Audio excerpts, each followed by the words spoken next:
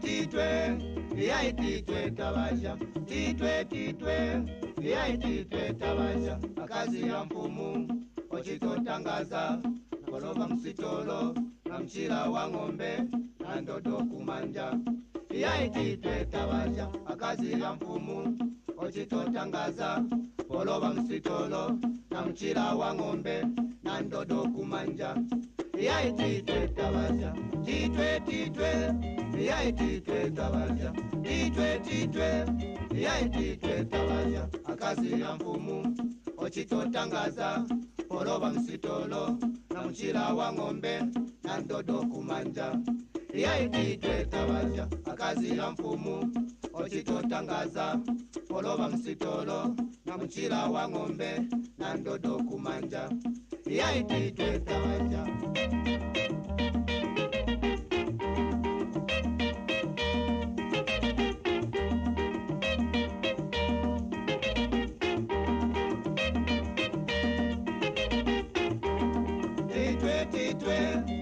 Titwe tabasha, titwe tabasha, akazi ya mfumu ochitotangaza, koloba msitolo na mchila wa ng'ombe na ndoto kumanja. Titwe tabasha, akazi ya mfumu ochitotangaza, koloba msitolo na mchila wa ng'ombe na ndoto kumanja. Titwe tabasha, titwe tabasha, titwe tabasha, akazi ya mfumu ochitotangaza, koloba msitolo na mchila wa ng'ombe na ndoto kumanja. Titwe tabasha, akazi ya mfumu ochitotangaza, koloba msitolo na mchila wa ng'ombe na ndoto kumanja. Titwe tabasha.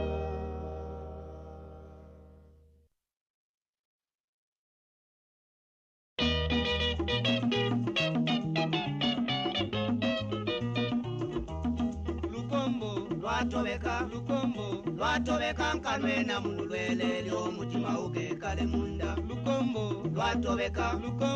Lwatobeka nkanwena mulwele ly'omutima ugekale munda. Mwana muyembe talya nkanda yakocha, tuchinde mweshi wanama. Mwana muyembe talya nkanda yakocha, tuchinde mweshi wanama.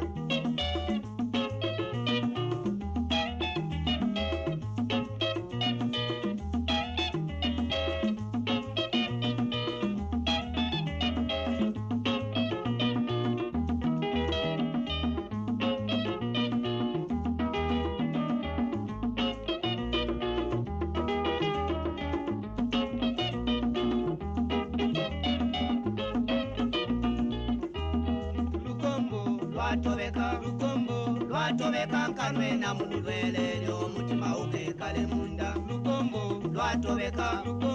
Lwatobeka nkanwena mulwele ly'omutima ugekale munda. Mwana muyembe talya nkanda yakocha, tuchinde mweshi wanama. Mwana muyembe talya nkanda yakocha, tuchinde mweshi wanama.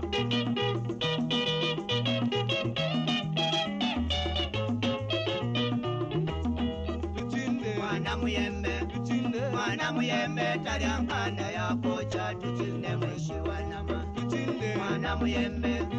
Mwana muyembe talya nkanda yakocha, tuchinde mweshi wanama.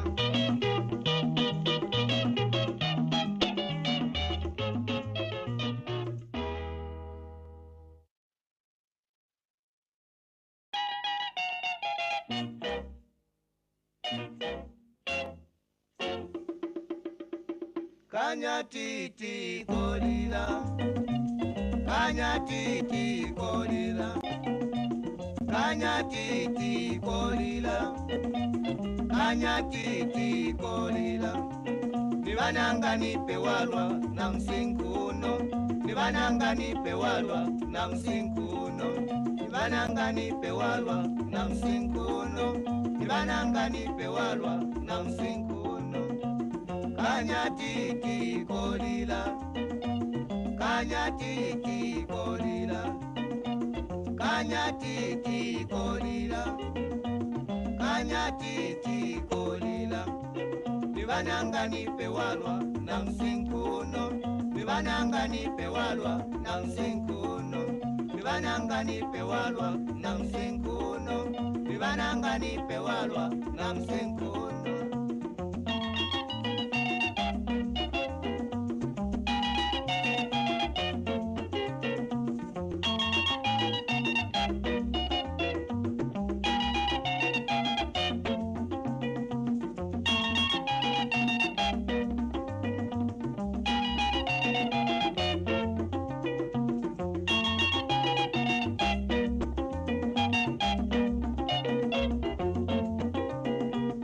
kanyatiti kolila kanyatiti kolila kanyatiti kolila kanyatiti kolila bibananga nipe walwa na msinkuno bibananga nipe walwa na msinkuno bibananga nipe walwa na msinkuno bibananga nipe walwa na msinkuno kanyatiti kolila kanyatiti kolila kanyatiti kolila kanyatiti kolila bibananga nipe walwa na msinkuno bibananga nipe walwa na msinkuno bibananga nipe walwa na msinkuno bibananga nipe walwa na msinkuno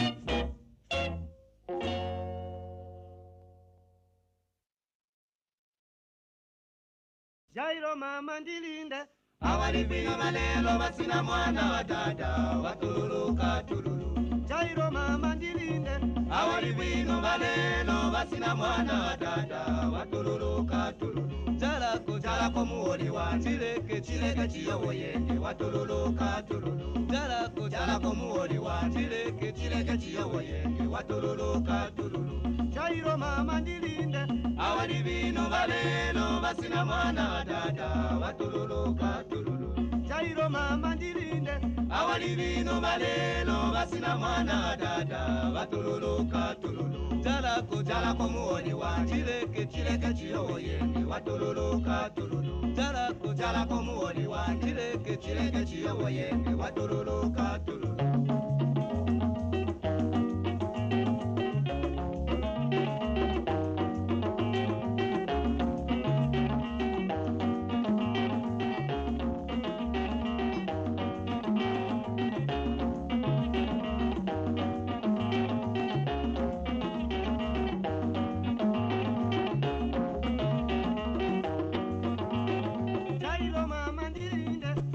Vino balelo basina mwana wa dada watululuka tululu Jairo mama ndilinde awali vino balelo basina mwana wa dada watululuka tululu Jalako muoli wa chileke chiyowo yende watululuka tululu Jalako muoli wa chileke chiyowo yende watululuka tululu Jairo mama ndilinde awali vino balelo basina mwana wa dada watululuka tululu Jairo mama ndilinde awali vino balelo basina mwana wa dada watululuka tululu Jalako muoli wa chileke chiyowo yende watululuka tululu Jalako muoli wa chileke chiyowo yende watululuka tululu Jalako muoli wa chileke chiyowo yende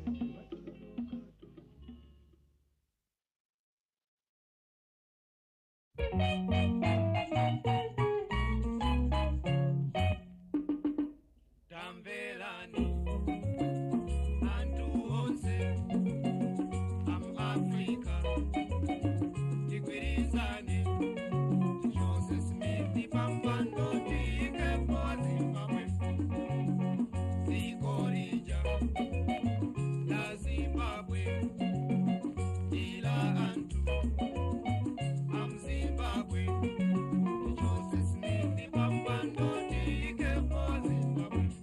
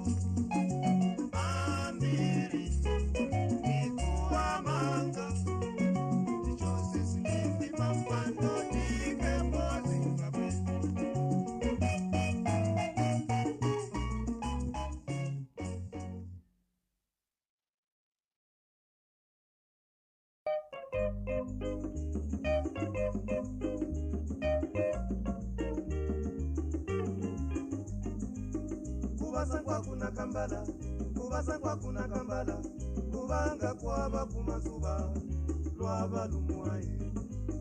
Banka kwendenda, ilabola imbi milando, wakomena bule. Sinkwale ulamuzi, wokalikana ubambe, o milao. Kubasangwa kuna kambala, kubanga kwaba kumazuba, lwaba lumwaye. Banka kwendenda, ilabola imbi milando, wakomena bule. A very warm welcome to you and thank you for joining the WHO NTD department on this next webinar discussion co-hosted with the US Agency for International Development. I'm Patricia Amira, your moderator, and joining me today are a number of experts who will help situate sustainability for action against NTDs. But before we meet them, allow me to take you through some pointers for this session. Simultaneous interpretation is available in French and in Spanish. Click on the interpretation icon at the bottom of your Zoom screen to activate the language of your choice.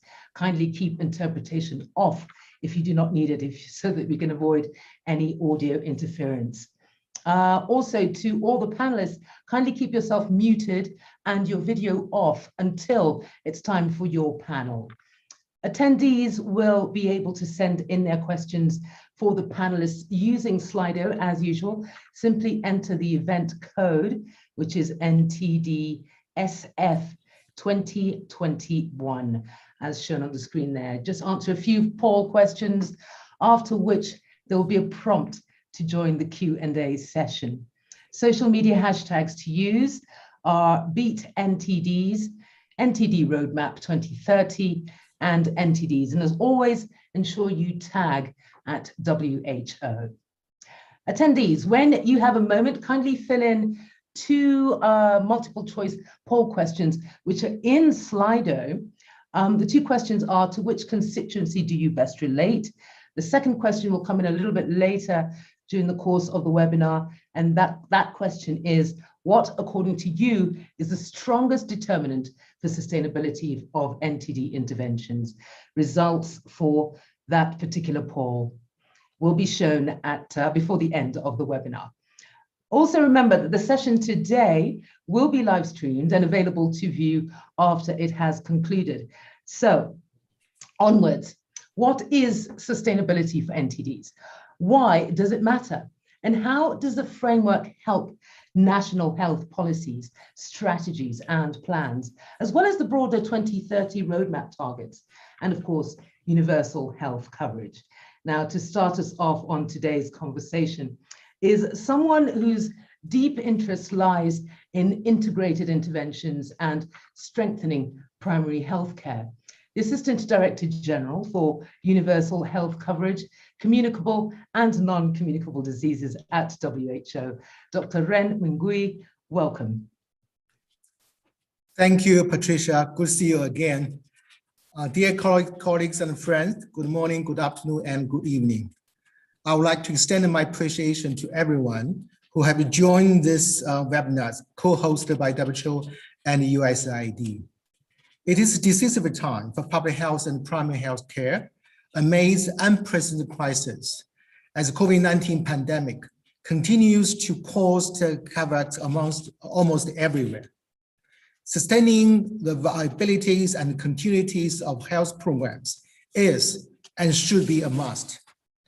Pandemic is providing us with the opportunity to galvanize the support across the health spectrums to address the inequalities to strengthen our social system.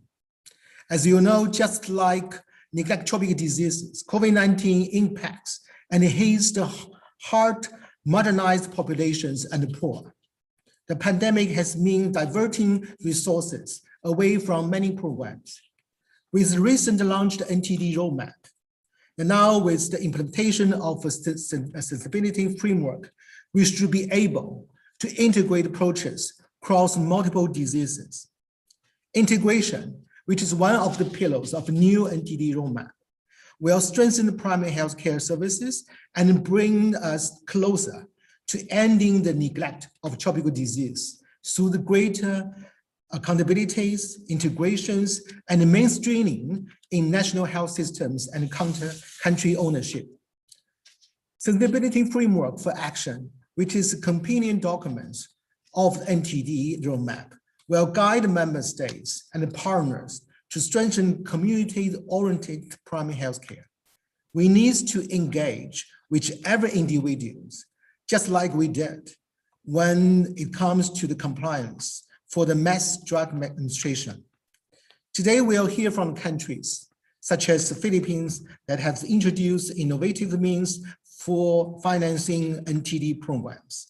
Ghana, for example, has implemented measures that aim to provide some degrees of social protection to the vulnerable community who has been hardest hit by the pandemic.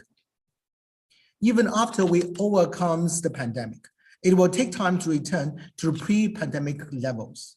Now it's time for change, to integrate and strengthen our approaches to addressing NTDs.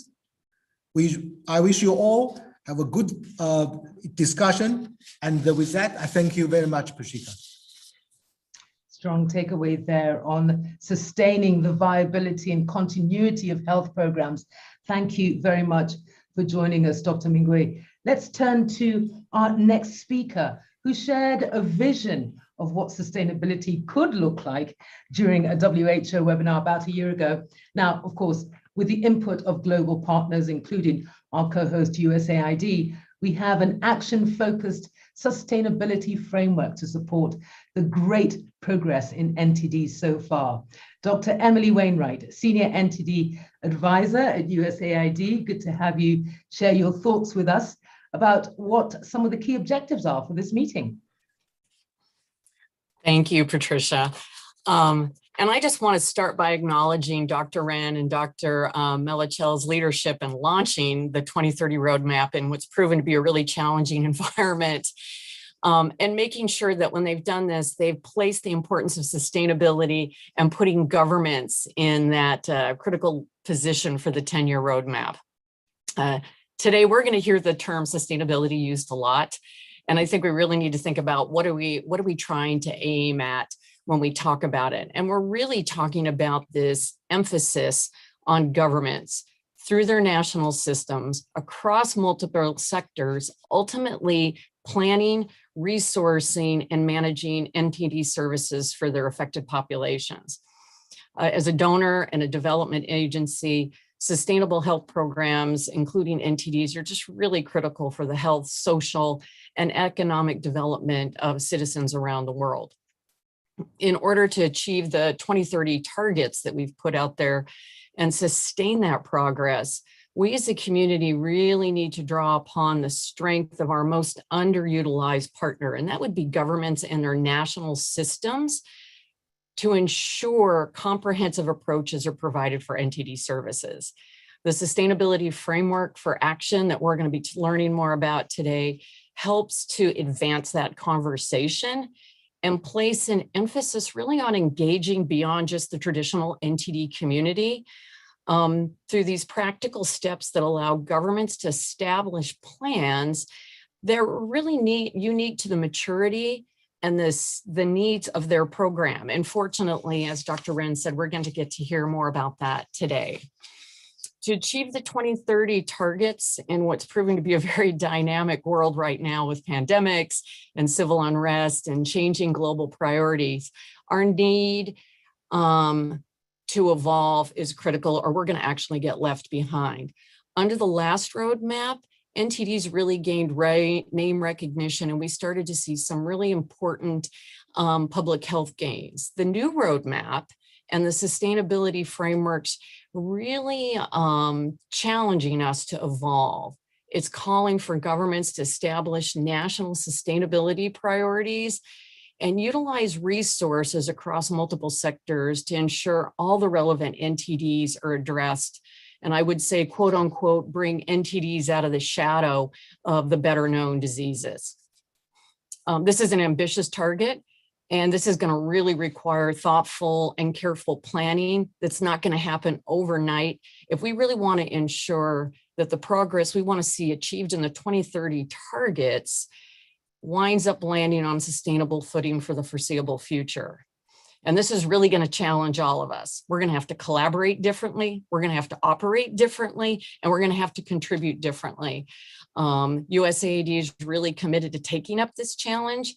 We want to share lessons learned and approaches and work with governments and the broader development community to advance the sustainability framework and really get to that overarching objective to see that national NTD programs are on solid footing within national health services. Thank you. There's a lot mentioned there. Yes, the doing things differently and the need to evolve is key to the NTD community and the sustainability framework. Emily, thank you as ever for your thoughts and your input. Please stay with us for the rest of the forum. I'm sure there'll be some questions to both yourself and Dr. Ren. We're also very pleased to have with us Dr. Suman Rijal. Strengthening public health and its accessibility spur his work, from research through to extensive knowledge and experience gained from working in a region that has one of the highest burdens of NTDs. Dr. Suman, as many of you know, is the WHO Director for Communicable Diseases in the Southeast Asia region. Welcome, Dr. Suman. Good afternoon, good morning, and good evening. Greetings from WHO Sierra, New Delhi. As you have mentioned, NTD is a very diverse group of infectious diseases, which together impact more than 1 billion people, especially very impoverished populations. Southeast Asia region has one of the highest burdens of NTDs. Accordingly, NTDs has been included as within the portfolio of the flagship priority programs in 2015. There has been, in the last decade, with the first NTD roadmap, sustained efforts to try to control and eliminate NTDs. And Southeast Asia has seen some tremendous progress in eliminating. Just to illustrate, in 2016, India was declared yaws-free. Maldives, Sri Lanka, and Thailand have eliminated LF as a public health problem. Recently, Nepal and Myanmar have eliminated trachoma as a public health problem. I have been watching very closely the efforts that have been put forth in the visceral leishmaniasis or Kala-Azar elimination program in the region. The efforts of the governments of Bangladesh, India, and Nepal, as since 2015, together with the partners and WHO, have made a remarkable example. The incidence has been reduced by more than 90% today compared to a decade ago. The key enablers were the availability of new management tools, a very strong political commitment, and sustained support from the partners. Also, beyond the health system, there was engagement with, say, housing programs to try to provide proper housing to these vulnerable populations who are exposed to the risk factors for Kala-Azar. However, there is a need to sustain these achievements. The acceleration needs to be done for these efforts, and innovation as per the needs is I think, is a high priority. There are still lots of challenges which needs to be taken care of. You need to have resilient health systems to be able to take on the responsibility, including having very good health management information systems to guide you in the interventions. And currently, the programs run in silos and are very resource intensive, which is not really tenable. I think the WHO roadmap for neglected disease 21 to 2030 clearly sets out the strategy and the milestones and the targets, and together with the companion document of the sustainability frameworks, provides an opportunity for us to see how we can overcome these challenges and enable effective and sustained implementation of the interventions against these entities. Today, I would look forward to hearing from the experiences and also on the way to implement this sustainability framework. And I will also urge all the stakeholders for the continued commitment and partnership in this journey to be able to eliminate and eradicate neglected tropical diseases. Thank you very much. And thank you for joining us to share your thoughts on some key topics, some successes, some challenges that will no doubt frame the discussion today. Now, before I get to introduce our first panel, let us take a moment to anchor ourselves further with this new message, ending NTDs together towards 2030.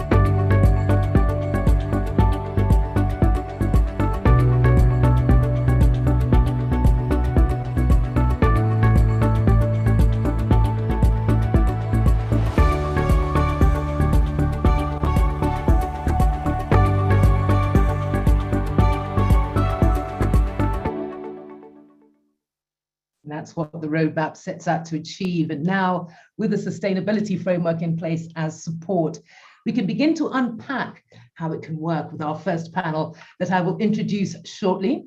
After Dr. Gautam Biswas, the unit head of Strategic Information and Analytics at WHO, gives us a conceptual glimpse of how the framework came to be. Dr. Gautam?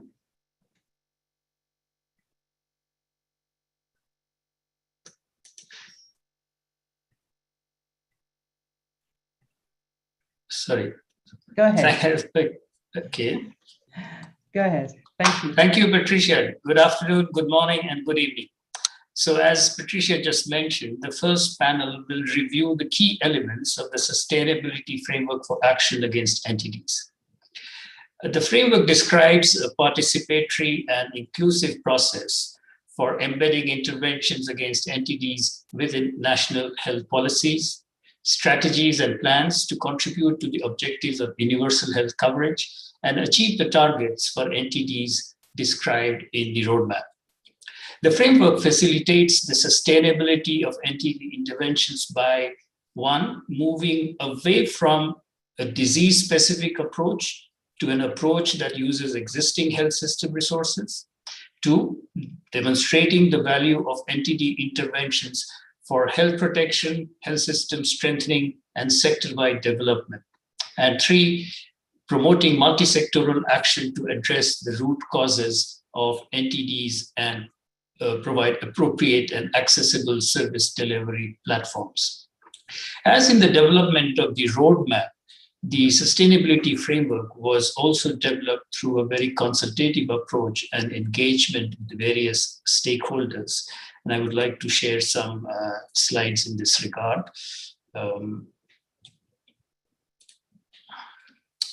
So as you can see, one of the first such engagements was, can you see my presentation? Yes, but not full screen.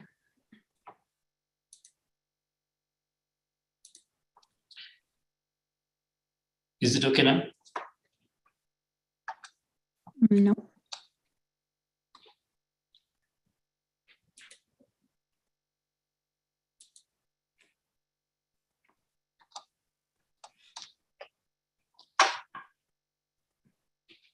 Sorry, can you see this full screen now?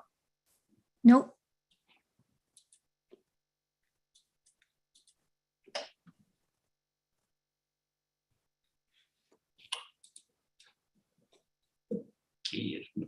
Should I step in, Dr. Gautam? Do you want to, should I show the slides? Yes, please go ahead. Okay.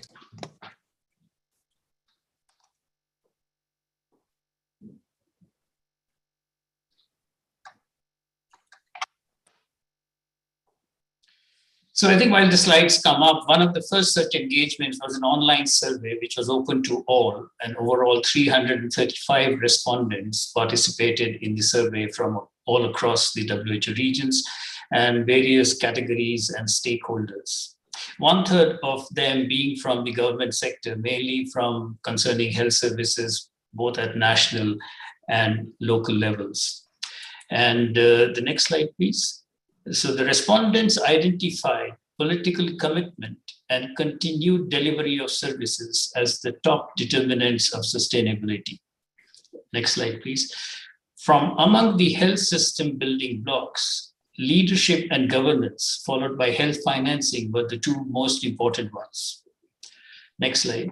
Sustainability, accordingly, based on these discussions, the sustainability in the context of Ntds was defined as the ability of national health systems to maintain or increase effective coverage of interventions against Ntds to achieve the outcomes, targets, and milestones identified in the roadmap. Next slide, please. So this last slide actually is a visual which summarizes the framework. And if you can see, it is divided into two contextual inputs on the top and cross-cutting approaches leading to sustained Ntd interventions and services and towards the universal health coverage goals. The inputs include some key contextual elements, namely the epidemiology and distribution of Ntds occurring in the country, the social context within which the disease and the effects occur, as well as the health services that are implemented. And the last and the most important, as identified during the survey and consultation, the political environment. Now, these elements influence how the Ntd interventions are implemented through cross-cutting approaches. The health system is defined as the component parts of the health system building blocks. Understanding the conceptual underpinnings to conducting an applied health system analysis can be useful references to consult during the Ntd's sustainability assessment. The sustainability of service delivery mechanisms of interventions against Ntds are defined by the extent to which they are integrated or mainstreamed in the minimum package of essential services at appropriate levels of the health system. The importance of the non-health sectors are also highlighted, as other sectors also play an important role to implement services and are critical to tackling Ntds. School-based deworming programs, for example, leverage education sector resources such as teachers and infrastructure. With comprehensive control of rabies relies heavily on close coordination amongst multiple sectors, such as those play a role in the One Health approach.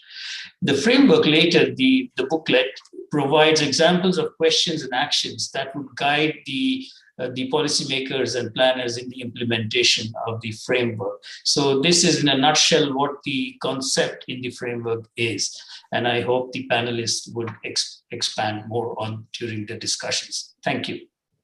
Brilliant. Thank you for that, Gautam, leading perfectly into our panelists, some of whom were part of the process that you've just described. We have Dr. Wangeshi Thor, who's a health systems strengthening specialist at USAID's Act to End Ntds East program at RTI International.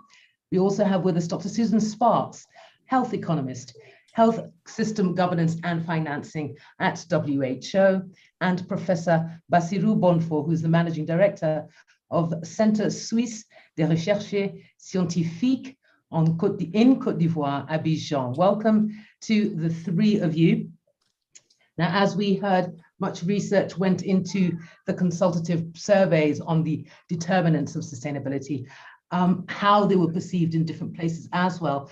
Dr. Thor, you were a key member of the team. And from the information that you extracted, perhaps you can share with us some of the findings in relation to the role that different stakeholders can play to support this effort. Thank you, Patricia. You know, from my perspective, Patricia, international partners, external partners have been a part of this sustainability momentum for a while now. Yes. In fact, right now we have partners who already have a working definition of sustainability. We have partners who are already working with country governments to implement different types of activities to support the sustainability goals. So all this work has actually contributed to this growing momentum of a focus on sustainability for NTD programs. But I think it's good for me to get just a little bit more specific. Partners have already contributed to this conceptualization and definition of sustainability that we just heard from. I want to remind the participants and everyone with us here today of a 2019 NNN sustainability statement, which identified 3 components: accountability, resource mobilization, and domestic commitments. These were seen to be the key ingredients towards sustainability of NTD programs. And similarly, at the same time, we got a white paper from our colleagues at USAID, and the white paper described the approach that they would be using as they support countries to achieve the sustainability goals. Now, this was perhaps some of the early thinking and definitely has influenced the WHO Sustainability Framework for Action that we have today. Another role that I've seen for partners as this framework has been developed is actually in understanding sustainability in specific countries. So we all know that sustainability is not going to look the same in each country. There is just no one size that's going to fit all, and that's okay. Some of the work that is coming out of the countries that are getting support from our colleagues in the UK and the US is sustainability assessments, conducting or rather developing sustainability, national sustainability plans. But we also have countries that are already in a very early thinking about how do we take the NTD activities and mainstream them into the national health system. Let me give an example from the Usaid Act to End NTDs. One of the most important lessons we've learned in our work with countries on sustainability is you really do have to find a way to align with government's needs and desires. It's absolutely critical that we appreciate that there is no one size that's fitting all. So candid conversations between partners and ministries of health are starting to be a game changer. We are seeing that partners can have an even bigger role to play when it comes to building country ownership, for example. So for those partners who are working with governments, if there is, for example, financial data that you already have analyzed, that you have been collecting, this is critical for our government counterparts as they start to estimate what it's going to cost to put this into the national health systems. Let me finish with just one last point, Patricia. And this is particularly because as we are thinking about what the future can be, sustainability is not going to happen overnight. We are now sure that there's going to be highs and lows. It's not going to be a linear process, and most likely it's going to be more messy than we appreciate. But what is important is that we are on a journey with our government partners, and we are on a journey to achieve the WHO NTD roadmap by 2030. Thank you, Patricia. Thank you, Wangeshi. And it's a good point. I'm going to just pick on that point about financial data to take us into our next speaker. Sustainable health financing, a hot topic, but one I'm sure that Dr. Sparks can shed light on in regard to national health systems and aligning with governments that government needs, as Wangeshi just mentioned. What are some of the approaches needed to enable sustainability of current NTD services? Dr. Susan Sparks. Yes, thank you. So as you said, I come from the health financing perspective, and I've had the pleasure of really working very closely with my colleagues on the NTD side in helping to provide input into the development of this framework. And I just want to say that it was a truly consultative process, and one that there was a lot of listening back and forth. And so when they say that it was really a joint effort and really taking into account the system perspectives in addition to the NTD, I mean, it was very true. And so I think there are 4 points that I just want to raise in relation to what I think is different about this sustainability framework, in particular in relation to how some other programs that I've been involved with in relation to this type of work. Is the first is this system-wide approach.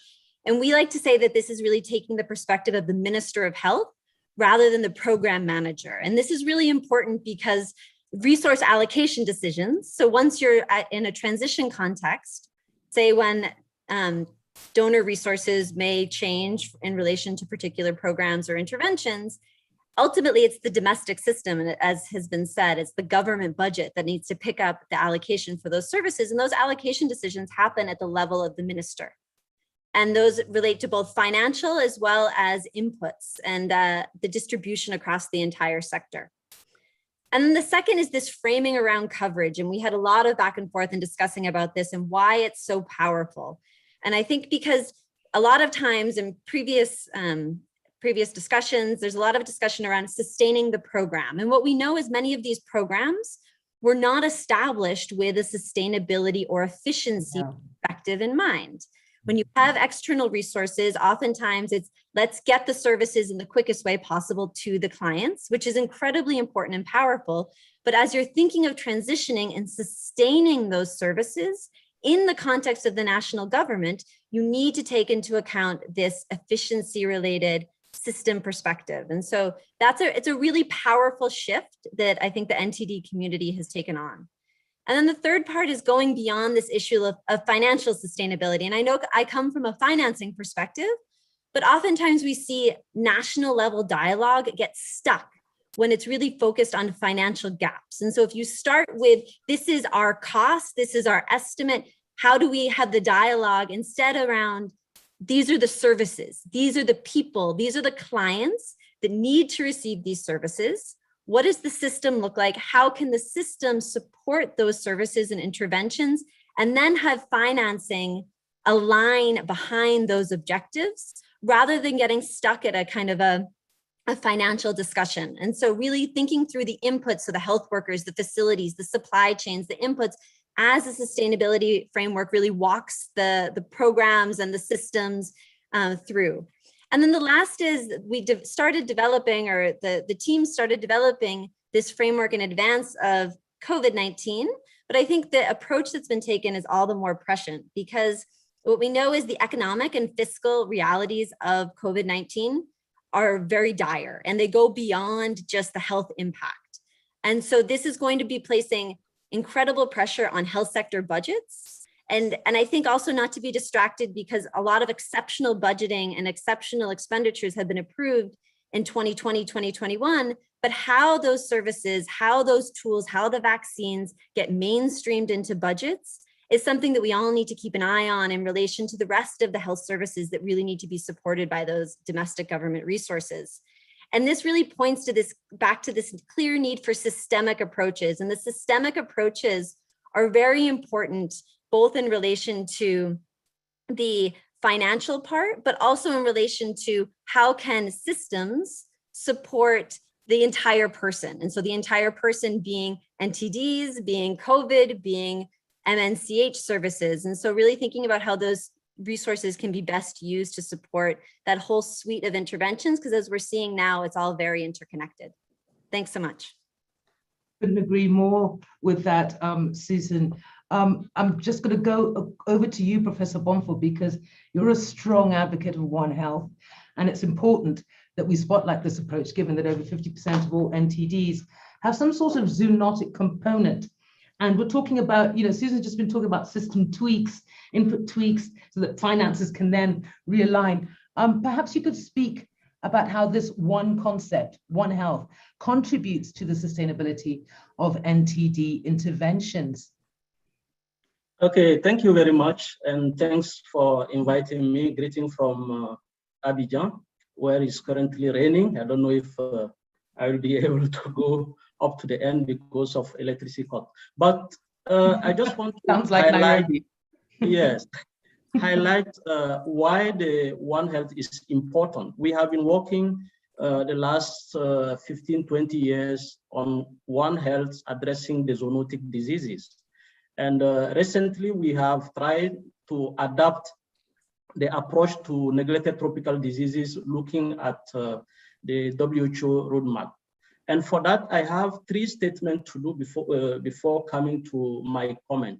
The first thing is that neglected tropical diseases are a multifaceted problem that call for system thinking. For example, embedding the NTDs into the whole system, not only in the health system, but also in the context of conflict, in the context of poverty, in the context of all other aspects that may affect the system. And then the second issue that the One Health is bringing is the collaboration and network.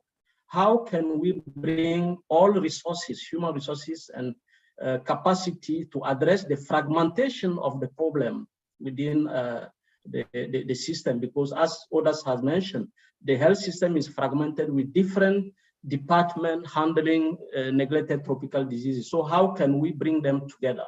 And thirdly, to complete the One Health approach is how can we pool all the resources and making the use of scarce resources that are in hand of government is in order to have savings and then add value to the society with all what we are developing. And having said that, one of the very important aspects of the One Health is the stakeholder involvement. And the involvement does not mean that only bringing people to a table, but taking into account all stakeholders' experience, their voices, and their decision. And we draw here from 20 years of experience where we have seen that intervention research in West Africa and Central Africa has demonstrated the key importance of the stakeholder involvement along the national program. And here we emphasize that when we talk about engaging the communities, we don't see them only as beneficiary, but part of the decision-making and the design of the intervention strategy. And this is something which is very important that we have seen. The contribution of the non-state actors that has been mentioned, the NGOs, and sometimes when we see how the national program developed, we sometimes lack the contribution of those non-state actors because we are looking at the government as the main structure driving the process. And then the third stakeholder is the research and academia, which is also very important. We have seen in the recent evaluation in West Africa that research and academia are considered as service providers in the Ntds intervention. So if they are involved, they really need to take part and bring the new research question that can, including sustainability aspect, that can help to move forward. And then for the last point that I want to make, engaging communities for co-development of the solution beyond the mass drug administration, for example, using other type of intervention with the involvement of the social science methodology. But the last point I want to make is, even if we are talking about the governance and we are talking about policy, we need a critical mass of researchers and practitioners in our country. This is where resources are not put into. We need to attract younger generation into the neglected tropical disease, which is not something very attractive to the young generation today. When you look in the field, is elders sometimes who have experience who are still into the Ntd. So we need the younger generation to come into that. And the last point I want to make is the resource allocation. It has been mentioned, but this allocation should be made according to the contributions of all stakeholders involved, not only allocating resources to health sector, but other part of sectors that are contributing. And this should be shared according to what each sector can contribute into the intervention. So this is what I wanted to say about this roadmap and the sustainability aspect of it. Thank you very much. Great, great. Strong starting panel. Thank you all for your contributions. Let's go to some questions. We don't have very much time, but we'll handle a few. For Susan Sparks, what are the setbacks in achieving sustainability due to this pandemic in terms of resource allocation and supply chain? So I can't speak from an NTD specific perspective, but what we're seeing is, and you can see this across all services, and the WHO Pulse survey shows this, that essential services, there has been a significant decline in use, then it's been somewhat sustained. And so there was one survey done last spring and then another done in between January and March. And what you see is, and I think what's left to be questioned is how much of this has to do with the services themselves and how much of it has to do with individual demand of people not wanting to show up for services. And so that's a unique characteristic of the pandemic. But it certainly is a massive concern, and it's going to be, and on the supply chains as well, there's been additional impacts related to airplanes and just transport and trade dynamics And I think that as a global community, we're going to be having to carefully monitor outcomes and outputs as this unfolds over the next months and years. Okay. A question for you, Professor Bonfo. Zoonotic Ntds, snakebite envenoming and rabies particularly, are neglected by the national governments, donors and partners. So how do we address the neglect within the neglect? Yeah, thank you very much. I think this is the big challenge that we are having. And that's why now when we address the neglected diseases, we don't separate that from the zoonotic diseases. We put all that together because at the end of the day, the way we intervene to address this are using the same type of resources, the same type of personnel, and the same type of logistics.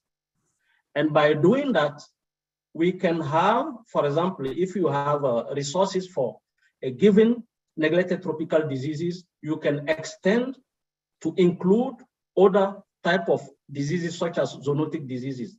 But what is now coming up very prominently is the priority setting of the countries who are now putting together the type of diseases that are impacting the poverty. And there we have, for each country now, with I think the support of Usaid on the global health security agenda in different countries, we have a priority set of diseases on which each country has identified to go forward. And we have seen most of the neglected zoonotic diseases taken into account, such as rabies, for example. Over.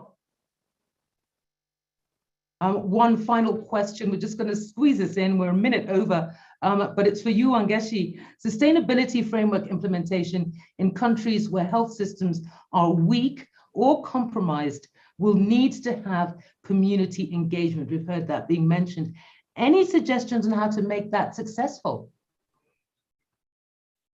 That's an excellent question, Patricia, and I'm glad that the person brought it up, because one of the things we really haven't talked a lot about is the role for civil society and for the community in implementing the sustainability framework. But let me say two things. One, civil society and international partners have the ability to say things that the government cannot say. It's a very important tool that we have. Yes. But so the same goes for our community beneficiaries. They have the voice to demand and ask for the resources that they need. So I'm really hoping that in countries where we know there are weak health systems, the role for the civil society and community and the community can be emphasized. The sustainability framework actually does have a very excellent section that describes how that can be done. And I would really encourage some of us to really look at that section, because that's probably going to be the game changer for many of our country partners. Yeah. Thank you so much. Thank you all to both the panelists and attendees for your great responses and your questions. Yes, we are running out of time, but moving to in-country now. Thank you very much. And to the question, what interventions can be done differently to move the dial further towards future sustainable progress? I invite two experts, both working at WHO's NTD department, specifically the Strategic Information and Analytics Unit, Dr. Xiaozhan Huang, who is a health economist, and Dr. Pamela Babazi, a medical epidemiologist, to introduce and frame the discussion for our second expert panel. Dr. Xiaozhan and Dr. Pamela, welcome. Thank you, Patricia. Can somebody put on the slide, please? So regarding to the application, the framework proposed the 6 steps to develop sustainability strategy. It begins with forming a team to manage the whole strategy development project. It will map the key stakeholders and ensure the broad involvement of key informants, actors, and beneficiaries inside, but also beyond NTD community to the sustainability assessment and priority setting discussion. This consultation process will help to foster the ownership of this strategy and encourage the engagement in its implementation. Another important recommendation in this framework was to embed the developed sustainability strategy into a national governmental strategic document for health sector. For example, it could be the National Health Promotion Strategic Plan or any other similar kind of strategic plan for health sector, so that its implementation will be guaranteed by governmental bodies and resources. But by no way the sustainability strategy development should be a standalone process. It is by nature a supporting component for national strategy against Ntds. The best moment to develop sustainability strategy against Ntd would be if the country is planning to develop an Ntd program strategic plan, such as multi-year Ntd master plan. The sustainability assessment and priority setting should be then the part of the master plan development process. If the master plan has already been developed, the sustainability strategy should be focused on how to support or complement the master plan by adding actions to promote its sustainability. I now turn the floor to Dr. Babazi to explain the sustainability, the framework's recommendation on the monitoring and the evaluation. Thank you, everyone. Good morning, good evening, good afternoon.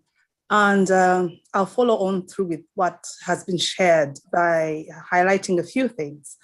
There's several keywords that have been mentioned regarding integration, coordination, and mainstreaming. These are good words, but quite broad. And we know when such words are used, if there is no specific accountability, what doesn't get measured does not really get done. So we, in the framework, through the consultations, we've put together this annex, which is included in the framework document, that highlights the 10 indicators that will be used, that can be used by countries and the Ntd community to track sustainability. These indicators have been carefully chosen to minimize the burden of reporting on countries.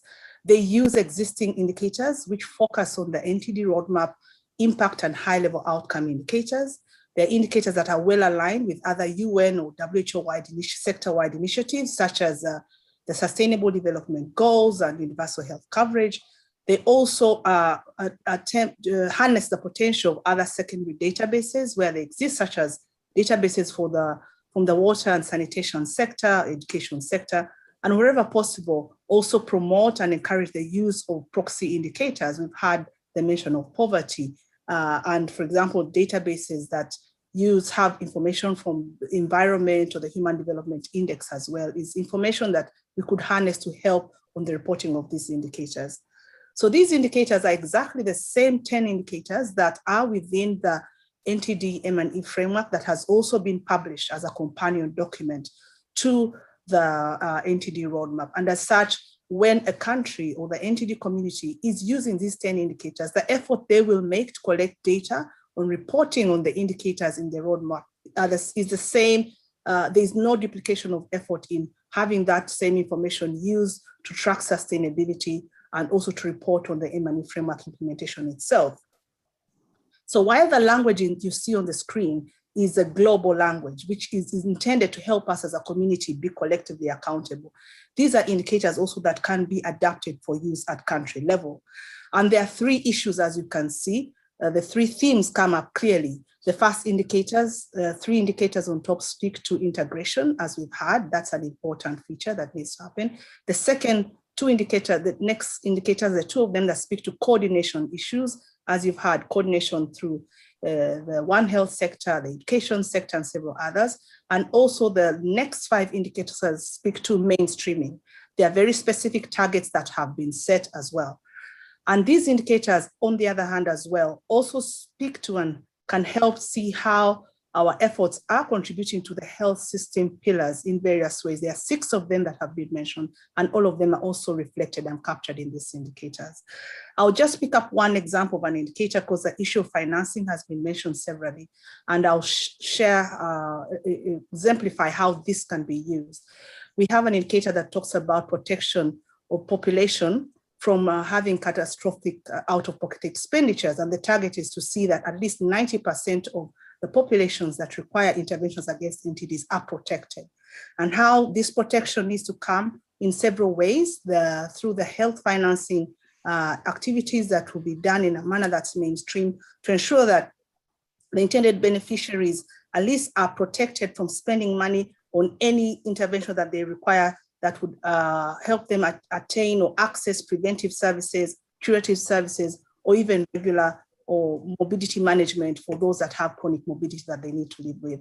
So these indicators, as I've mentioned, are the exact same 10 ones. So the level of effort required to set in place data collection pathways for these indicators, for the NTD roadmap, for the M&E framework, and for the sustainability framework is the same.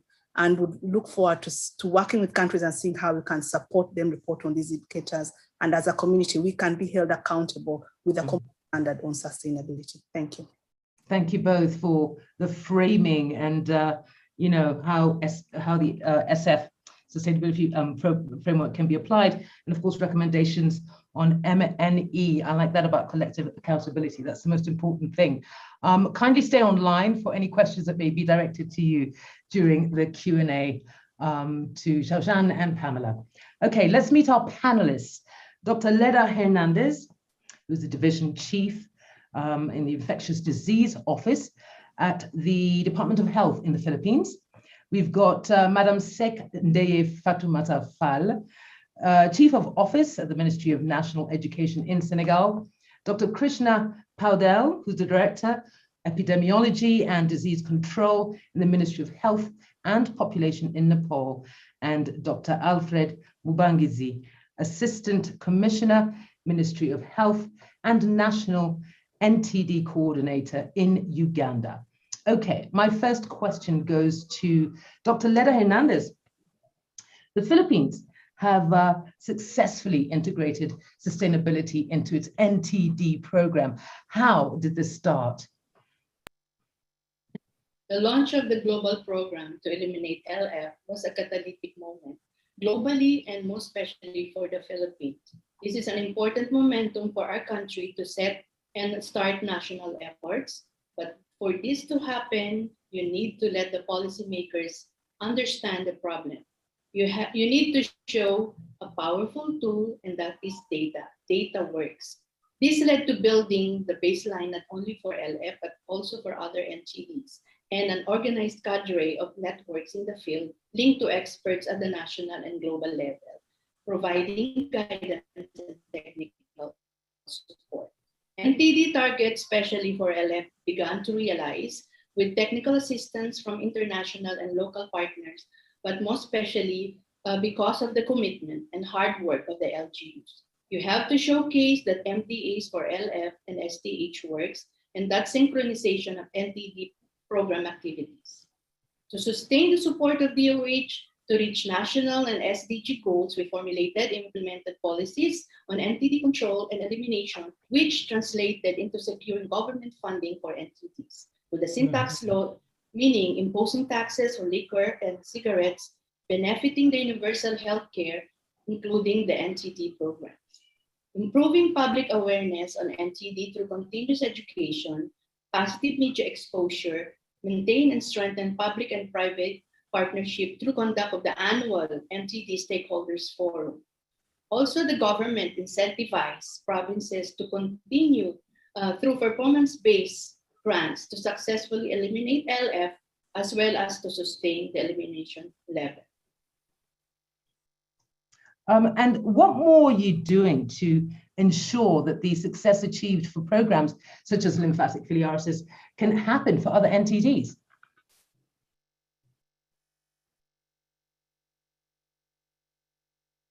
Dr. Leda? Now, focusing on how to better institutionalize NTD skills into the Philippine health system, we have worked with the Commission on Higher Education to develop pre-service curricula for medical professionals, including doctors, nurses, physical therapists, midwives, and medical technologies to ensure high-quality skills around NTD treatment, diagnosis, care, and support. It builds a new generation of health workers with NTD skills. This ensures also that NTDs remain a priority as Philippines moves toward a more localized universal health system. The curriculum was launched earlier this year by the Department of Health and the Commission on Higher Education and will be rolled out in educational institutions in the 2021 school year. With the advent of the Universal Healthcare Law in 2019, we will ensure that NTD diagnosis and treatment services are included in the primary care facilities. Thank you. Thank you so much. Now, it really is all about cross-cutting approaches that are embedded into the core of the general population. In this case, getting them early. We've heard Dr. Leda mention the educational sector. I'm going to turn to you now, Madam Sek. Does eliminating NTDs contribute to advancing the goals of the education sector?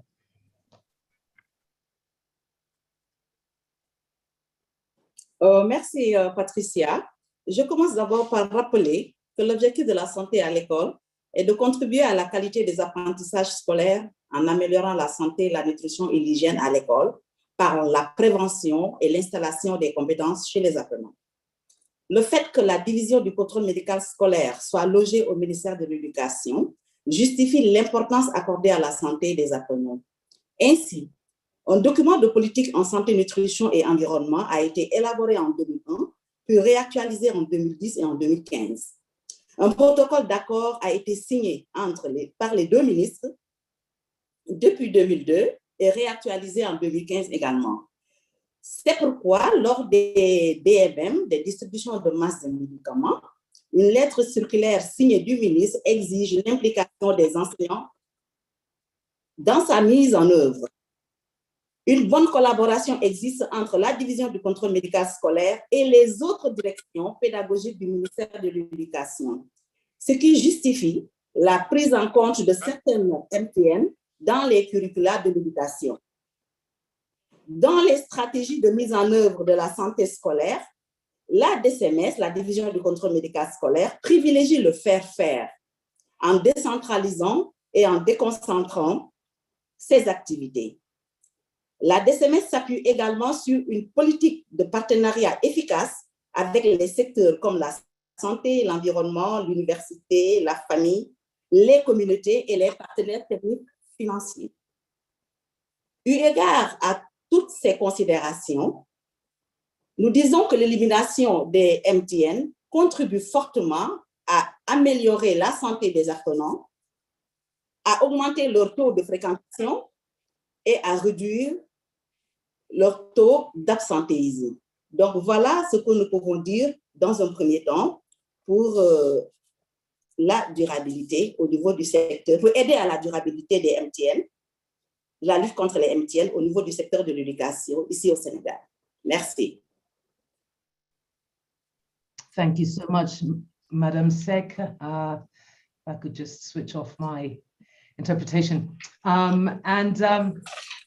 Move to you now, Dr. Mubangizi. You and your team at Ministry of Health Uganda spearheaded the development of both the sustainability plan and of M&E in line with the new roadmap for 2021 to 2030 in Uganda. Tell us about a key success and also a key challenge that you faced in ensuring the sustainability of your national NTD programs.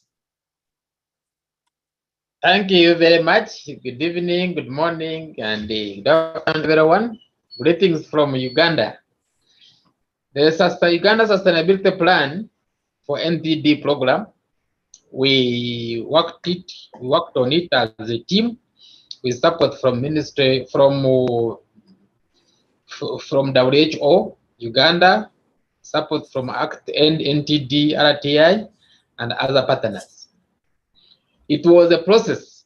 Ministry of Health, National NTD Control Program with support from Usaid Act program, conducted sustainability plan consultation in September and October 2019, which engaged key stakeholders on issues of program sustainability in the context of NTD in Uganda. The consultation process generated understanding of sustainability in the context of NTD programming. And the country NTD sustainability priority gaps looked on priorities. These include operational capacity, service delivery, financing, information system, policy and planning, coordination at all levels, and engagement in multi-sectoral collaboration and community involvement. Cross-cutting gender equity and social inclusion. For each of these areas, objective targets with key performance measurements were identified. The process conforms with the WHO sustainability framework. We have got success. We have seen political and financial commitments. At least now, we are seeing that now NTD, the government is now trying to own the NTD, unlike in the past. Because in the past, NTD division was like autonomous. It was a division which was basically working with partners, but now it is under Ministry of Health, under my leadership, and there is a political will. And the president himself is even diseases which were eliminated, which are prevention, we have to strengthen surveillance. There is also financial commitment. I think in the past, the division get like 5% of the budget, but at least now we are pushing, have that at least 30% of the sector budget. In the past, where the ministry was getting money on the financing was on problem-based financing, but now we have changed program-based financing, where now we are also invited to participate in the planning, in the sector budgeting, and then you put there your programs and you'll be financed based on your program, what you have put in the program. So there's you can some really great strides being taken in country, is what I'm hearing. I know that in Nepal, there's a riveting NTD radio drama series that's capturing the hard to reach populations. Let me just ask, move to Dr. Krishna here for a minute. What we'd like to understand is how Nepal, or how has Nepal considered embedding endemic NTD services for both STH and VL within the health system in a manner that targets more vulnerable groups such as children and women? Thank you very much, Patricia. Good afternoon, good evening, and good morning, all the respected colleagues over here. In Nepal, as you have already mentioned, with this diverse geography and all difficulties, we do have many neglected tropical diseases are endemic out of the 20 which is being listed in WHO. That includes lymphatic filariasis, leprosy, rabies, dog bite, envenoming, dengue, as well as leishmaniasis. And as Dr. Suman also pointed out, Nepal had already achieved elimination of leprosy and trachoma as a public health program in 2010 and 2018 respectively. For most of the neglected tropical disease services in Nepal are already embedded with the national health system. Though the leprosy program started as a vertical program in 1987, it was later integrated with the national health system. And health services for endemic neglected tropical diseases like Kala-Azar or leishmaniasis, lymphatic filariasis, leprosy, rabies are all included as a part of National Basic Health Service Package. So vulnerable groups like children are not deprived of basic human rights, and they get most of these services free of cost in terms of like drugs and diagnostics for these conditions like leprosy, leishmaniasis, lymphatic filariasis, and soil transmitted ailments are provided free of cost through the donation programs. And even we are providing rabies vaccine as well as the anti-snake venom free from the government side. So already we do have neglected tropical disease embedded into national health program and even in the national social protection scheme. So children's and women's and as well as the marginalized population across the country are under the cover. They are being protected. Okay, let's quickly move over to some questions. We've only got about 5 minutes for this. This is a question for you, Pamela. Do you plan to implement evidence-informed based clinical and public health guidelines into practice to help countries to improve their sustainable and comparable results and implementation strategies, which are measurable too? Yes, thank you for that question. Indeed, we need to really make decisions that are based on information that's generated from programs.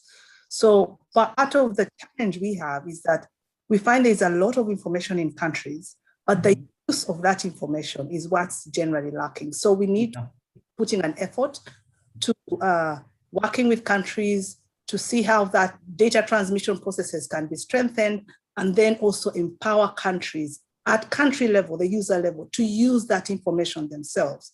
Because by the time it gets to a global community, it's too late. They've an opportunity to actually act on the information they already have.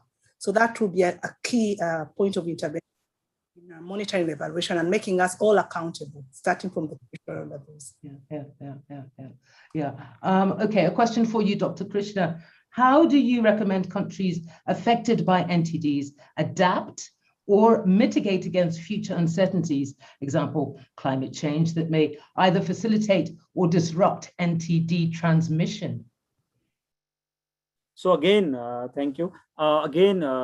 We need to know, the interventions need to be sustainable with the given challenges within the country, sort of like, as you said, the climate change or other calamities, because we are also prone country for different disasters. So again, government's role as a central government's funding prioritization is very important. And again, with the, when there are certain challenges in meeting the targets, the interest from donor may change. So again, it's the time for the government to ensure the sustainability, to adhere to the program, to maintain the program's continuity. For example, we are currently giving cash incentives for the treatment of visceral leishmaniasis as well as leprosy. We can even give surgery, the cost incentives for hydrocele surgery. If the government cannot put in its adequate priority for such programs in challenging times, it can be lost in coming years when do we have challenges. So again, it has to be the high priority programs need to be integrated with the government system, with the sustainable approach, which lasts longer, and government need to give adequate priority. Brilliant. Thank you very much. And thank you to all panelists and attendee questions, of course, as well. Moving on to the next segment, just to point out very quickly, the second poll question has, multiple choice poll question has come up on Slido, in Slido. So please make sure that you respond to that. For now, let's have a quick visual break, if we could, before we come back to our final panel, our final session.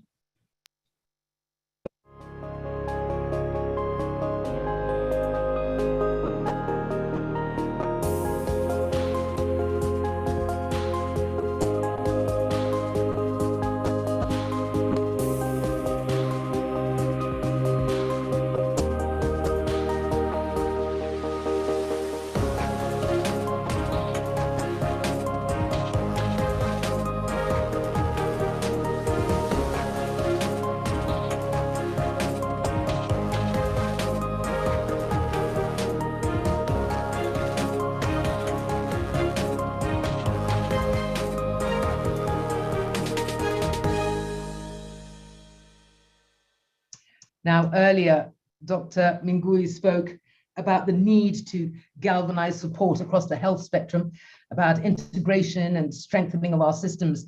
Let's use the next 8 to 10 minutes to hear some key stakeholders and how we can ensure this happens. Starting us off is Dr. Natasha Bilimoria, Deputy Assistant Administrator at USAID's Global Health Bureau. Now, USAID's steadfast support for sustainability. Let's listen in to Natasha, sorry. Good morning, good afternoon, and good evening, everyone. I'm Natasha Bilimoria, and I'm the Deputy Assistant Administrator for the Bureau for Global Health at USAID. I'm honored to speak with you all today about the importance of sustainability as a critical factor to ensure the elimination of neglected tropical diseases. I'll begin by thanking the country representatives who have so generously shared their perspective during this event. Your knowledge, leadership, and experience are absolutely fundamental to our long-term success. We need your help to inform and advance a transition in the NTD community that places NTDs on equal footing to other health and development issues. For the past 15 years, USAID has worked alongside more than 30 countries to deliver 2.8 billion treatments, leveraging $26 billion in donated drugs. And I'm proud to note that 10 USAID supported countries have eliminated at least one NTD as a public health problem, and 15 more are projected to eliminate another one within the next 5 years. Achieving and sustaining these public health goals will require an evolution in how the NTD community functions as a partnership. The past year and a half has demonstrated how important government leadership is to ensuring resilient programs. Everyone has a role to play, but sustainable NTD programs require an all-of-government approach at the national level, driven by leaders so that countries can optimally leverage their health system. The WHO framework for action is a tool to help us reframe how we engage with governments as we advance this work over the coming decade. It's a pathway toward a concrete plan that, when followed, can get us closer to sustainable NTD services across sectors. As a community, we need to think through what we can do and how we can operate differently to contribute to a country-led sustainable response to NTDs. Let's take up this long overdue challenge and place NTDs within the broader development agenda, secure the 2030 NTD targets, and do our part to help achieve the SDGs. Thank you to WHO for co-hosting this event with us, and thank you to all of you who have joined us today. Thank you very much, Dr. Natasha Bilimoria. You know, we just keep hearing it again, doing things differently, evolution of systems, and putting NTDs on equal footing within the broader developmental agenda. USAID's steadfast support for sustainability. Thank you very much, Natasha. Again, let's turn to perspective from the World Bank Group, and in keeping with strengthening of systems and investment planning, what's the big picture here? John Paul Clark, Lead Health Specialist for Country Operations at the World Bank Group. Welcome. Thank you, Patricia. First, I would like to congratulate everyone who contributed to the NTD Sustainability Framework and to the organizers, presenters, and panelists in today's forum. The framework provides a strategic, insightful, and long overdue rethinking of our approach to the control of NTDs. Moving away from single disease advocacy and vertical control programs to a focus on integration and on the systems that produce health outcomes has no doubt been a long and difficult journey for many of us, but a truly worthwhile journey nonetheless. Aligning the NTD Sustainability Roadmap and Framework with universal health coverage and the Sustainable Development Goals, mainstreaming NTD interventions and targets into national health plans and primary healthcare, and promoting multi-sectoral approaches to addressing the root causes of NTDs will be challenging, but this logic is unassailable. As with many other essential services, COVID-19 has had a negative impact on NTD control over the past year due to interruptions in service delivery and to reallocation of resources of all types, human and financial and material, to the COVID-19 response. The pandemic has also driven more people into poverty, increasing population susceptibility to NTDs and other diseases of poverty. However, there is an enormous opportunity at this juncture for changing the way we work. This framework is being launched at a time when the COVID-19 crisis is causing us to rethink and reimagine investments in health systems and the organization of health services and core public health functions. In this somewhat chaotic but unique time, we can work together to ensure that the kinds of changes we make to health systems in building back better support the achievement of NTD targets and milestones. For example, significant new investment in disease surveillance and the modernization and the integration of health data management systems can lead to better and more efficient surveillance of NTDs, particularly those in the elimination and eradication pipeline. Strengthening capacity for procurement and supply chain management through the Access to COVID-19 Tools Accelerator and the Global Financing Facility Essential Health Services Continuity Grants could greatly benefit the management of essential commodities for primary healthcare and for NTD prevention and treatment, whether they're purchased or donated. The value of multi-sectoral collaboration is clearly being recognized, particularly One Health for zoonotic disease surveillance and control, WASH for infection prevention and control, and School Health for service delivery. These platforms can be of great value in coordinating multi-sector engagement on NTDs involving health, agriculture, environment, water, and education. In closing, I would like to say that the World Bank and the Global Financing Facility are committed to the idea that NTDs are integral to universal health coverage and the achievement of the Sustainable Development Goals, and the need to invest in health systems to achieve sustainable NTD outcomes.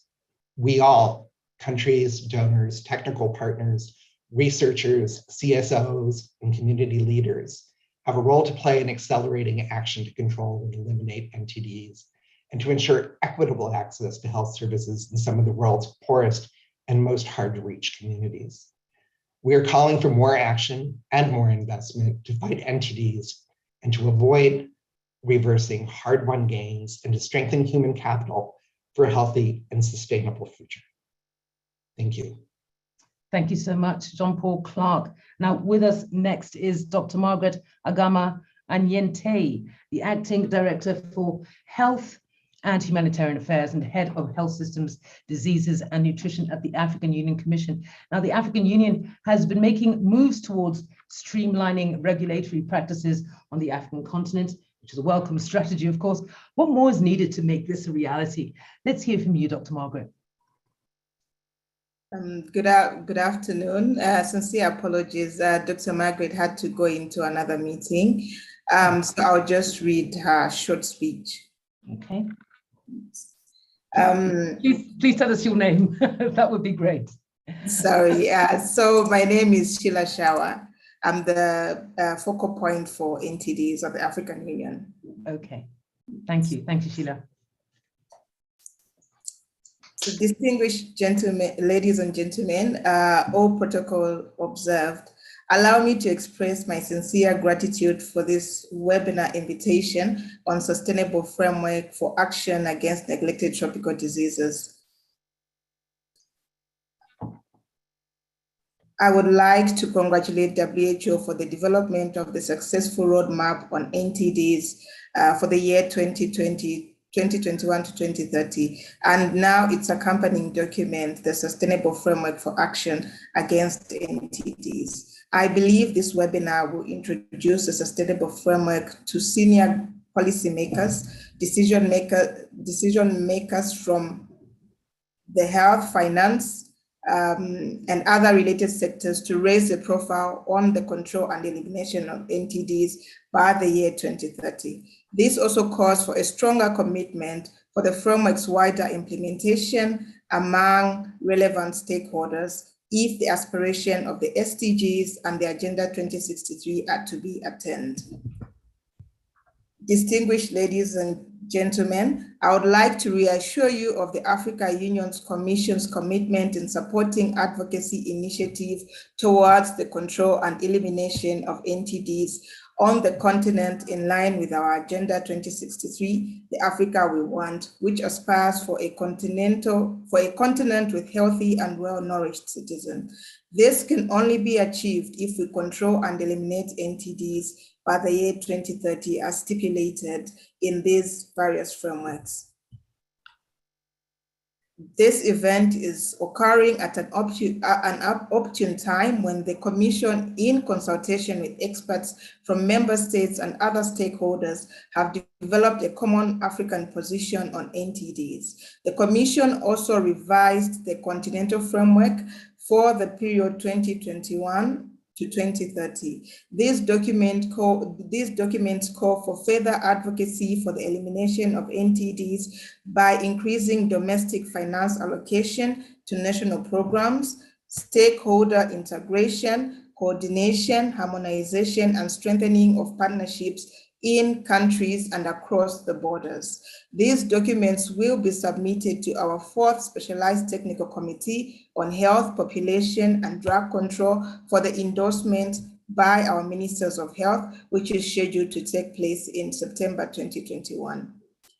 Esteemed ladies and gentlemen, as I conclude, the African Union Commission is committed to the attainment of Aspiration 1, Goal number 3 of the Agenda 2063, of a well-nourished and healthy citizens. Therefore, we will continue to support member states to ensure that NTDs are controlled and eliminated on the continent. We will also continue to work with partners to ensure success is realized to the end. I look forward to the meeting. Thank you. Thank you very much, Sheila, for sharing Dr. Margaret's message there with us. Keeping two regional perspectives, this time to the Americas, let's listen in to Dr. Marcos Espinal, who is the Director of the Communicable Diseases and Environmental Determinants at WHO PAHO. Welcome to you, Dr. Marcos. Thank you, Patricia. Can you hear me? Yes, we can, very clearly. Well, thank you very much to the colleagues in Geneva for the invite. It is a pleasure to be here. Let me just have a few remarks. In our region, the Americas, countries has played a key role in realizing important and sustainable disease elimination achievements, such as, smallpox, polio, neonatal tetanus, rubella, congenital rubella.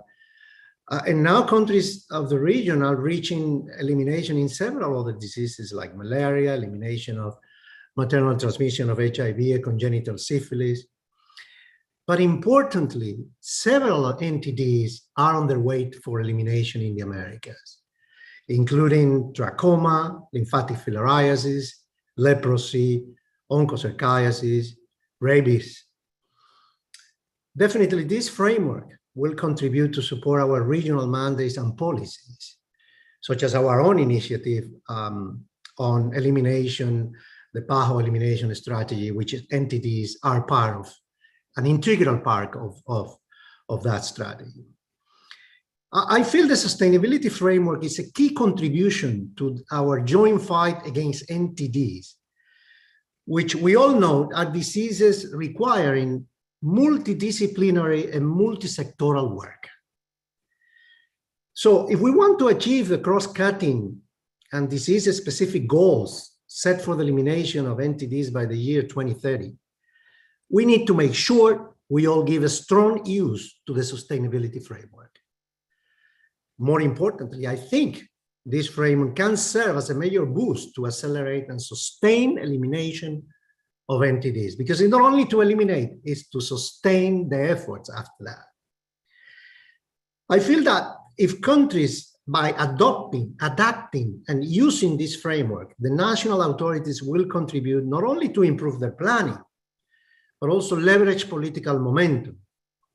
They will facilitate a broader inclusive planning. They will enhance partner engagement and attract more resources. And I think at the end of the day, they will make national programs more self-reliant and less dependent on financial aid. The COVID-19 pandemic exposed the frailty of many programs, including NTD programs. And I'm not going to go into those details, but COVID has taught us a critical lesson, which is that we all must ensure we do not lose the gains in times of emergencies. And we heard already of MDA campaigns being, postponed or being considered for other times. There is always problems with this. So this framework will contribute to ensure that we are better prepared when in times of outbreak of pandemics. I think it will also contribute to achieve economies of scales, strengthening disease surveillance and health information systems, boost integration of health services, health systems and laboratory networks. It will also promote operational research and, more importantly, facilitate advocacy, community engagement, and health promotion efforts. In closing, I want to stress the calling to national authorities, partners, community and stakeholders to embrace fully the sustainability framework. PAHO is ready to advocate and work with our member states, and we have our colleagues in WHO and stakeholders and partners to fully adopt, adapt, and implement the sustainability framework. I remain optimistic that the global and regional targets for the sustainable elimination of the Ntds will be reached by 2030 and sustained over time. And this new tool can boost our efforts to reach a world free of Ntds in not such a long distant future. Thank you, Patricia. Thank you so much to all our speakers for the invaluable insights shared in this last 8 to 10 minutes. Successes are numerous, but still more is needed, as we have heard. And there was mention, of course, before Ntds being on equal footing to other developmental health agendas. A point I'm sure Dr. Malichela is of the same opinion as well. Dr. Mwele, your concluding remarks. Thank you very much, Patricia, and thank you to everyone who's spoken so eloquently at today's very dynamic discussion. And many thanks to you, Patricia, for your excellent moderation. So this was an exciting webinar and we've gone over time, so I'm going to try and be as brief as I can. First of all, to just come up with a few take-home points that we've heard. So this framework was developed pre-COVID, but we see that in the discussions that it's more relevant than ever. And particularly the discussions and Dr. Espinal's last point about sustaining the gains with these programs, and how we heard earlier about the WHO Pulse survey, which showed that NTD was the second tracer condition in terms of having disruptions to their programs. So the first was mental health, and the second was neglected tropical diseases, which means that this is a significant amount of disruption as a result of COVID. And I think the sustainability framework is a good starting point for moving forward in a stronger, better situation. Our colleague from the World Bank also talked about taking advantage of building back better. And I think that's very important. The issues around supply chain, surveillance, the possibility of using of a stronger engagement with One Health, which Professor Basiru also talked about, the importance of WASH and other things which are going to be focused on for building back better from COVID, but that can be really instrumental in pushing us forward for NTDs. Another point that was brought up was the importance on focusing on this being a journey to sustainability with its ups and downs. And I really liked Wangechi's description of it. The other important thing that was also mentioned was the need to evolve and do things differently with country leadership at the center, focusing on inclusiveness in our planning and implementation. There was also another point on the need for political commitment, for systems thinking, and for multi-sectoral action. And these came about in both of the panels. And as we saw, we heard our speakers from the regions just talk about the importance of this framework to the work that's going on in the region. And finally, another point that was brought up was the need for accountability, stressing on what gets measured gets done. And I think all these are important points. I have not just done justice to them at all because of the short time that we've had, but I just like to kind of reiterate those few points in moving forward. I would like now to take the opportunity to thank the Usaid, our co-hosts for today, not only for their support in developing the sustainability framework, but also for their commitment in supporting the change needed to deliver on the roadmap. And this is a fundamental change that we are asking and we are working with all stakeholders to achieve. As with the roadmap, the consultation for the sustainability framework was intense, but was wide and intense, and was driven by stakeholders within and outside the NTD community. But we really like to recognize with gratitude the specific role that Usaid played in making this happen. The sustainability framework signals a fundamental shift for us in NTDs. The shift from disease-specific programs to sustainable, country-owned, country-driven, and dare I say, country-financed programs. We know that this shift is not necessarily going to be easy or happen without intentional change. And yet it is very clear that without these shifts, we are not going to succeed in our 2030 goals. As we've seen with recent funding cuts, we are living in a changing development landscape, and we must change with it. Our efforts must align with country priorities, and we must ensure that our efforts and activities continually support endemic countries so that they can contain the capacities, expertise, and skills needed to eradicate, eliminate, and control Ntds.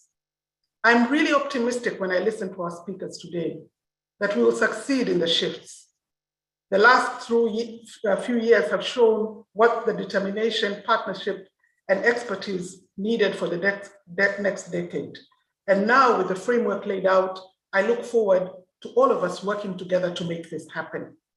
This is the journey to attaining our 2030 roadmap targets and achieving universal health coverage for the most vulnerable populations. Thank you so much, Patricia, and thank you everyone for what was a great and dynamic webinar. Thank you very much, Dr. Mwelechela.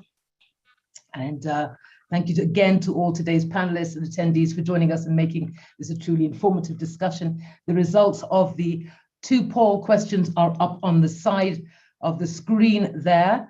Hopefully we can also have that on social media at some point or in some way shared with all the attendees, which at some point was up to about 650. But for now, let's say goodbye. Even as pockets of the globe begin to open up once again, do remain safe and enjoy the rest of your day. Thank you very much.